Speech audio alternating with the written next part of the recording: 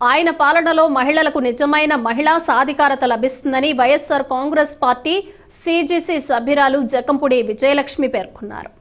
కోరుకొండ మండలం గాదరాడ, నర్సాపురం గ్రామాల్లో డ్వాక్రా మహిళా సంఘాలు ఎనర్జీ ఎస్ మహిళలతో నిర్వహించిన సమావేశంలో జకంపుడి విజయలక్ష్మి ముఖ్య అతిథిగా పాల్గొన్నారు.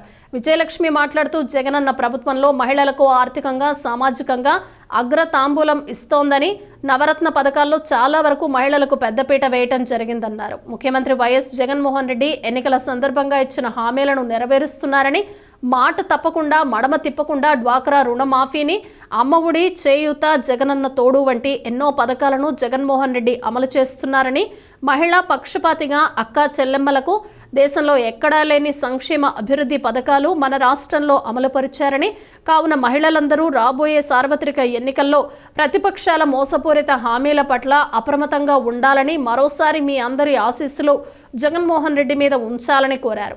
డ్వాక్రా మహిళలకు సంబంధించి ఏవైనా సమస్యలు ఉన్నా తమ దృష్టికి తీసుకొస్తే తక్షణమే పరిష్కరించే విధంగా అన్ని చర్యలు తీసుకుంటామని ఈ సభా వేదికగా ఆమె తెలియజేశారు.